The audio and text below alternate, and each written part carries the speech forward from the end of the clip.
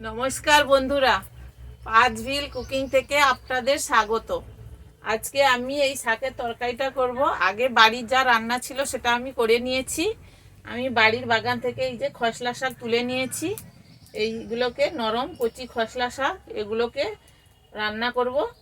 এর জন্য নিয়েছি এই যে খসলা শাককে ছোট ছোট টুকরো করে কেটে নিয়েছি, বেগুন কেটে নিয়েছি, আর এখানে এই যে আলুকে ছোট ছোট টুকরো করে নিয়েছি। এই যে আলুগুলোকে লম্বা লম্বাভাবে কেটে নিয়েছি।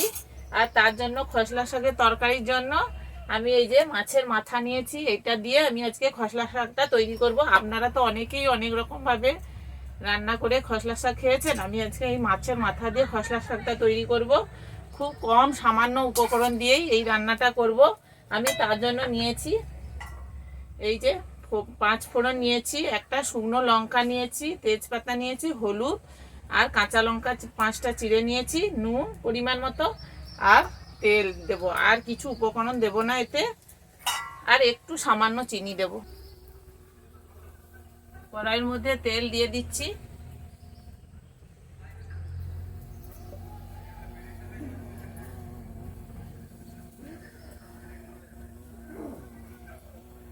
আমি মাছের মাথাগুলোকে এইভাবে ছোট ছোট টুকরো করে নিয়েছি। আমি অর্ধেক মাথা নিয়েছি, সেটাকে আমি ছোট ছোট টুকরো করে এই যে নিয়েছি। এবার মাথাগুলোকে আমি ভেজে নেব।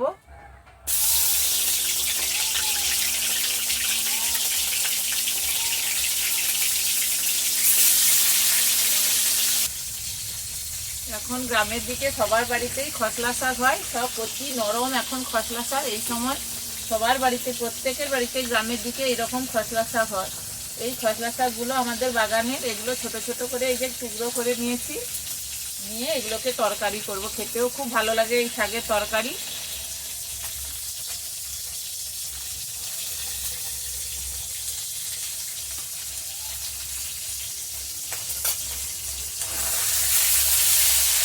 আমি মাছের মাথাটা হালকা করেই ভাজবো, কারণ মাছের মাথা বেশি ভাজলে মাছের মাথার টেস্ট নষ্ট হয়ে যায়।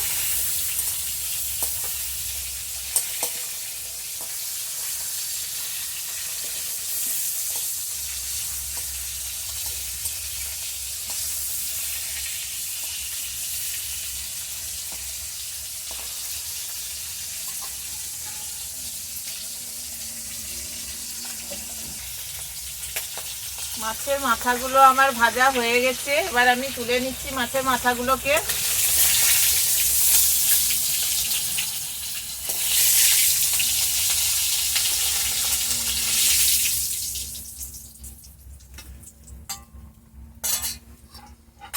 ওই তেলের মধ্যে আমি 2টো তেজপাতা, একটা শুকনো লঙ্কাকে কেটে নিচ্ছি,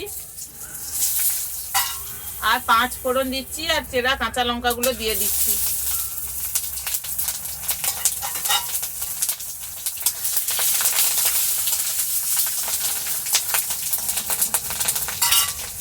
ফোড়নটা আমার ভাজা হয়ে গেছে। এবার আলু আর বেগুনগুলো আমি দিয়ে দেবো।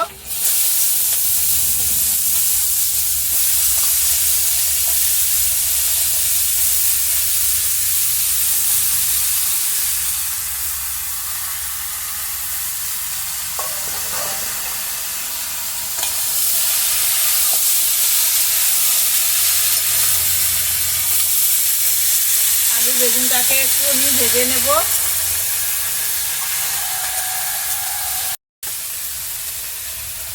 আমি এর মধ্যে পরিমাণ মতো নুন আর হলুদ দিয়ে দিচ্ছি, দিয়ে এটাকে ভালো করে ভেজে নেব।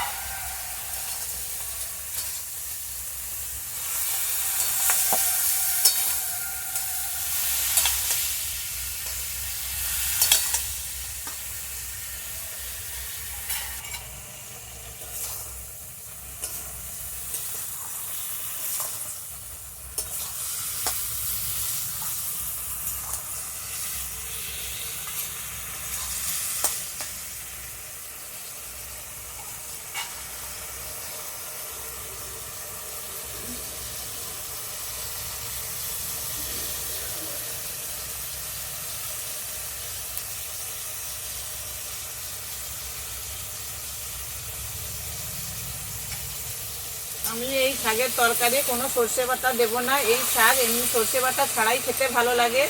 এই শাক মাছের মাথা দিয়ে করলেও যেমন ভালো লাগে, মাছের তেল দিয়ে করলেও ভালো লাগে, ছোটো চিংড়ি মাছ দিয়ে করলেও এটা ভালো লাগে, বা এমনিও যদি নিরামিষে করি সেটাও খুব সুন্দর খেতে লাগে। এই শাকের তরকারি আমার বাড়ির সবাই খেতে খুব পছন্দ করে।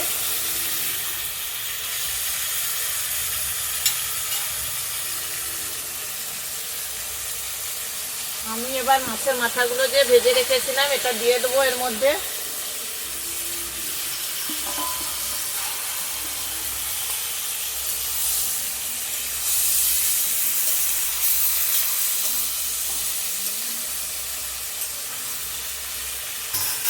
আর শাকটা কেটে রেখেছি, এই শাকটা এবার দিয়ে দেবো। আমি বেশি ভাজবো না বেগুন আলুটা, আমি এবার শাকটা দিয়ে দিচ্ছি।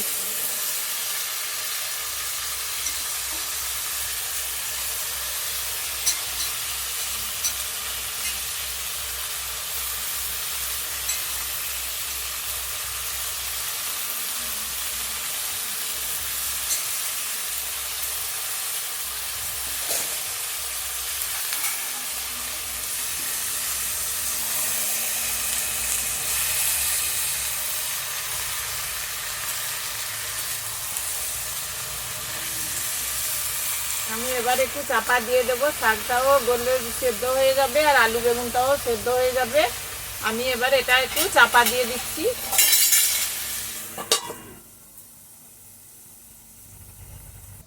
আমার ছেলে নেই বাড়িতে, ছেলে থাকলে এখানে রান্নাঘরে বসতো।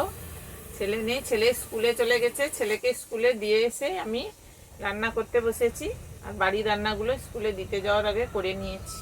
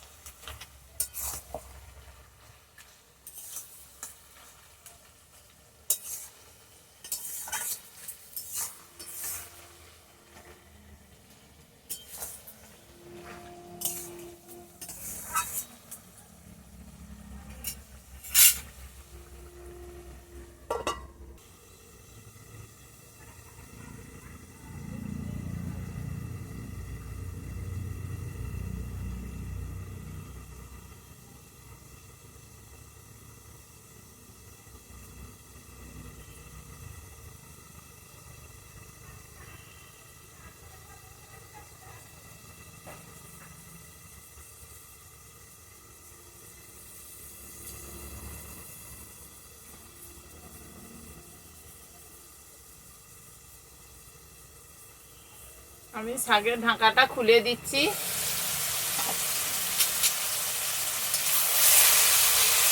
শাকটা এই জলেই, শাকের জলেই শাক সেদ্ধ হয়ে গেছে, আলু বেগুনও সেদ্ধ হয়ে গেছে, আমি একটুও জল দিইনি।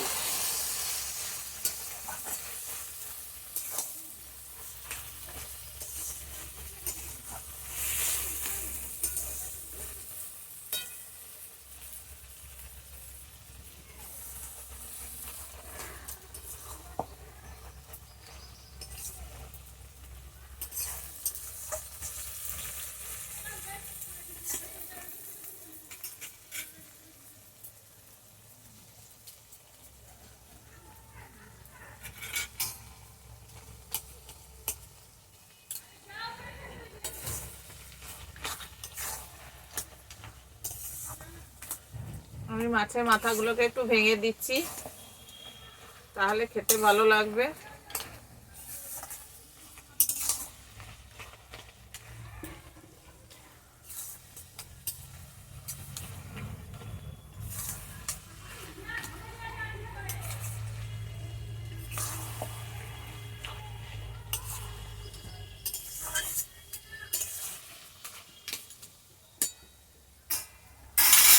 আমি একটু সামান্য মিষ্টি দিচ্ছি, কারণ শাকের একটু একটা নোনতা ভাব থাকে, সেটা যাতে কেটে যায়, এই জন্য একটুখানি মিষ্টি দিচ্ছি।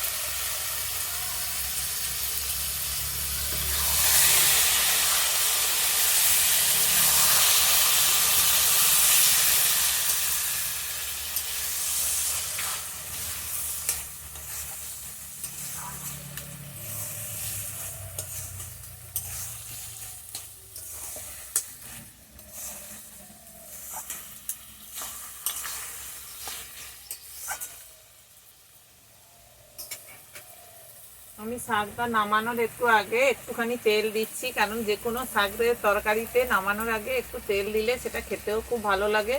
একটু সামান্য পরিমাণ তেল দিয়ে দিচ্ছি।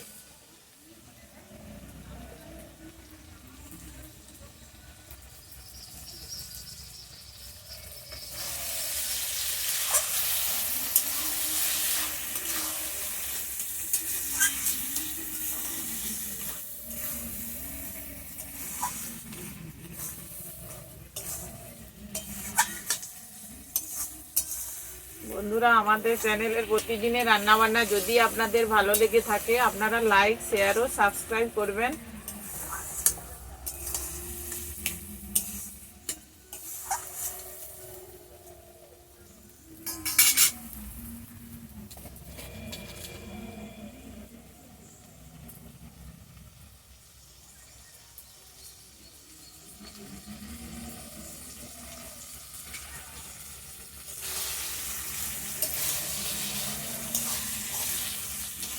আমার শাকের তরকারিটা হয়ে গেছে। আপনারা এইভাবে শাকের তরকারি করে খাবেন, খেতেও খুব ভালো লাগবে। এই দেখুন আমার হয়ে গেছে শাকের তরকারিটা। এই শাক আমি তো আগেও বলেছি, এই শাক এমনি নিরামিষে করেও খেলে ভালো লাগবে, আর মাছ দিয়ে, মাছের মাথা দিয়ে করলেও ভালো লাগবে, মাছের তেল দিয়ে করলেও ভালো লাগবে, চিংড়ি মাছ দিয়ে করলেও ভালো লাগবে। এই শাক খেতে খুব ভালো লাগে। আপনারাও এইভাবে করে খাবেন, দেখবেন খেতেও ভালো লাগবে। আর আমার রান্নাটা হয়ে গেছে, এই যে হয়ে গেছে। আমাদের চ্যানেলের প্রতিদিনের রান্নাবান্না যদি আপনাদের ভালো লেগে থাকে, আপনারা লাইক, শেয়ার ও সাবস্ক্রাইব করবেন।